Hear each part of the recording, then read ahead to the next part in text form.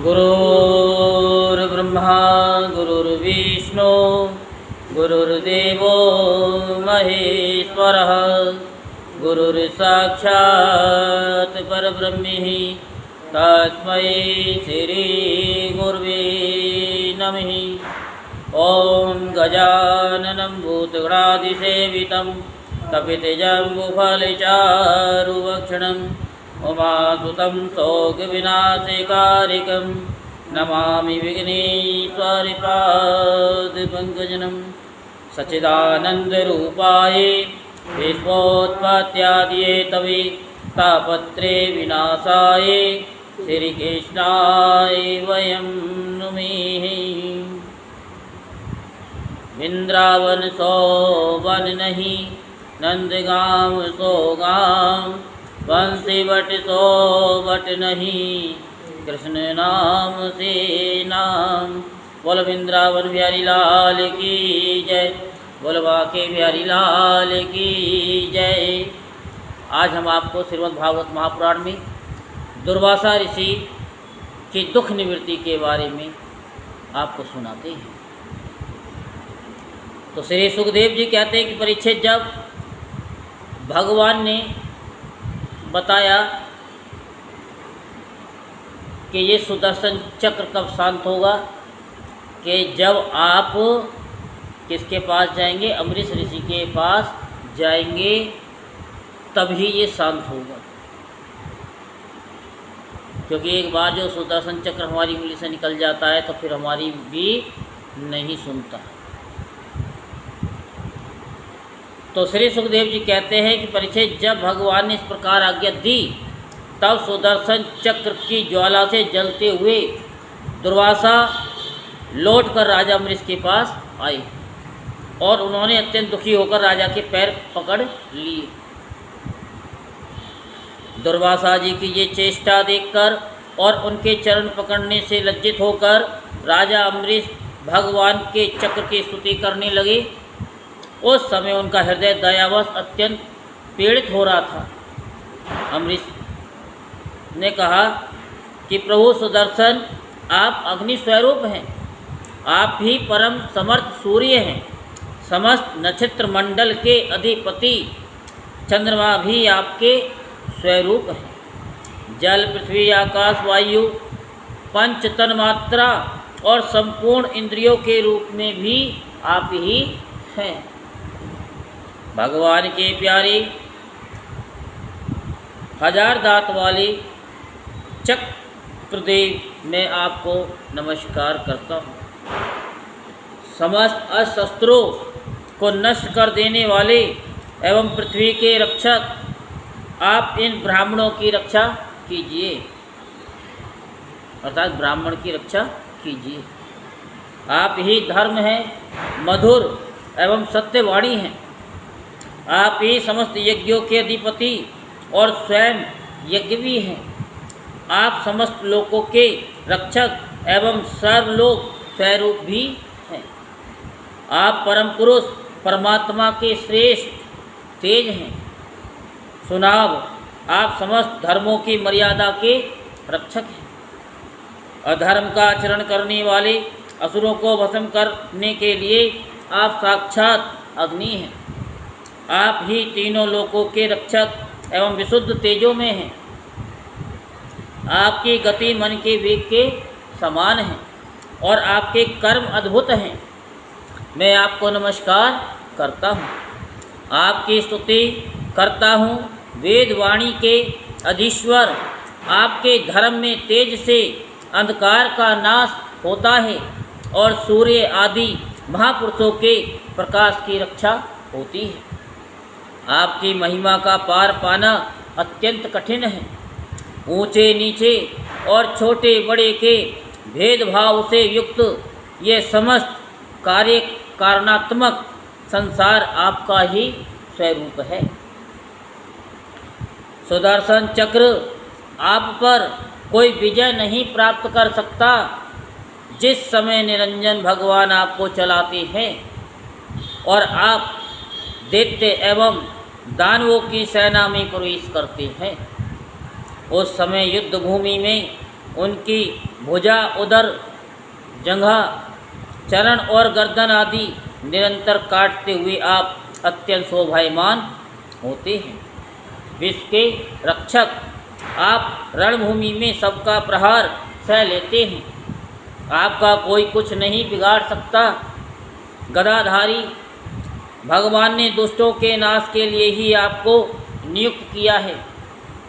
आप कृपा करके हमारे कुल के भागोदय के लिए दुर्वासा जी का कल्याण कीजिए। हमारे ऊपर यह आपका महान अनुग्रह होगा। यदि मैंने कुछ भी दान किया हो, यज्ञ किया हो अथवा अपने धर्म का पालन किया हो, यदि हमारे वंश के लोग ब्राह्मणों को ही अपना आराध्य देव समझते रहे हों, तो दुर्वासा जी की जलन मिट जाए। भगवान समस्त गुणों के एकमात्र आश्रय हैं। यदि मैंने समस्त प्राणियों के आत्मा के रूप में उन्हें देखा हो और वे मुझ पर प्रसन्न हो, तो दुर्वासा जी के हृदय की सारी जलन मिट जाए। श्री सुखदेव जी कहते हैं, जब राजा अम्बरीश ने दुर्वासा जी की सब ओर से जलाने वाले भगवान के सुदर्शन चक्र की इस प्रकार स्तुति की, तब उनकी प्रार्थना से चक्र शांत हो गया। जब दुर्वासा चक्र की आग से मुक्त हो गए और उनका चित्त स्वस्थ हो गया, तब वे राजा अम्बरीश को अनेकानेक उत्तम आशीर्वाद देते हुए उनकी प्रशंसा करने लगे। दुर्वासा जी ने कहा, धन्य है आज मैंने भगवान के प्रेमी भक्तों का महत्व देखा। राजन, मैंने आपका अपराध किया, फिर भी आप मेरे लिए मंगल कामना ही कर रहे हैं। जिन्होंने भक्तवत्सल भगवान श्री हरि के चरण कमलों को दृढ़ प्रेम भाव से पकड़ लिया है, उन साधु पुरुषों के लिए कौन सा कार्य कठिन है। जिनका हृदय उदार है, वे महात्मा भला किस वस्तु का परित्याग नहीं कर सकते। जिनके मंगल में नामों के श्रवण मात्र से जीव निर्मल हो जाता है, उन्हीं तीर्थपाद भगवान के चरण कमलों के जो दास हैं, उनके लिए कौन सा कर्तव्य शेष रह जाता है। महाराज अम्बरीश, आपका हृदय करुणा भाव से परिपूर्ण है। आपने मेरे ऊपर महान अनुग्रह किया है। अहो, आपने मेरे अपराध को भुलाकर मेरे प्राणों की रक्षा की है। परीक्षित, जब से दुर्वासा जी भागे थे, तब से अब तक राजा अम्बरीश ने भोजन नहीं किया था। वे उनके लौटने की बाट देख रहे थे। अब उन्होंने दुर्वासा जी के चरण पकड़ लिए और उन्हें प्रसन्न करके विधि पूर्वक भोजन कराया। राजा अम्बरीश बड़े आदर से अतिथि के योग्य सब प्रकार की भोजन सामग्री ले आए। दुर्वासा जी भोजन करके तृप्त हो गए। अब उन्होंने आदर से कहा, राजन, अब आप भी भोजन कीजिए। अम्बरीश, आप भगवान के परम प्रेमी भक्त हैं। आपके दर्शन, स्पर्श, बातचीत और मन को भगवान की ओर प्रवृत्त करने वाले आतिथ्य से मैं अत्यंत प्रसन्न और अनुग्रहित हुआ हूँ।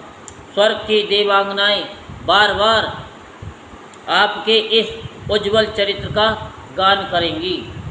ये पृथ्वी भी आपकी परम पुण्यमयी कीर्ति का संकीर्तन करती रहेगी। श्री सुखदेव जी कहते हैं, दुर्वासा जी ने बहुत ही संतुष्ट होकर राजा अम्बरीश के गुणों की प्रशंसा की और उसके बाद उनसे अनुमति लेकर आकाश मार्ग से उस ब्रह्मलोक की यात्रा की, जो केवल निष्काम कर्म से ही प्राप्त होता है। परीक्षित, जब सुदर्शन चक्र से भयभीत होकर दुर्वासा जी भागे थे, तब से लेकर उनके लौटने तक 1 वर्ष का समय बीत गया। इतने दिनों तक राजा अम्बरीश उनके दर्शन की आकांक्षा से केवल जल पी करके ही रहे। जब दुर्वासा जी चले गए तब उनके भोजन से बचे हुए अत्यंत पवित्र अन्न का उन्होंने भोजन किया। अपने कारण दुर्वासा जी का दुख में पड़ना और फिर अपनी ही प्रार्थना से उनका छूटना, इन दोनों बातों को उन्होंने अपने द्वारा होने पर भी भगवान की ही महिमा समझा। कोई दूसरा प्राणी होता तो घमंड के मारे फूला नहीं समाता। राजा अम्बरीश में ऐसे ऐसे अनेकों गुण थे।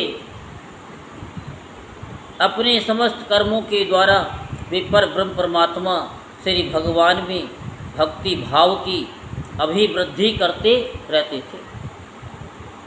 उस भक्ति के प्रभाव से उन्होंने ब्रह्मलोक तक के समस्त भोगों को नरक के समान समझा। तदंतर राजा अम्बरीश ने अपने ही समान भक्त पुत्रों पर राज्य का भार छोड़ दिया और स्वयं वे वन में चले गए। वहाँ वे बड़ी धीरता के साथ आत्म स्वरूप भगवान में अपना मन लगाकर गुणों के प्रवाह रूप संसार से मुक्त हो गए। परीक्षित, महाराज अम्बरीश का ये परम पवित्र आख्यान है। जो इसका संकीर्तन और स्मरण करता है वे भगवान का भक्त हो जाता है। बोल वृंदावन बिहारी लाल की जय, बोल बांके बिहारी लाल की जय।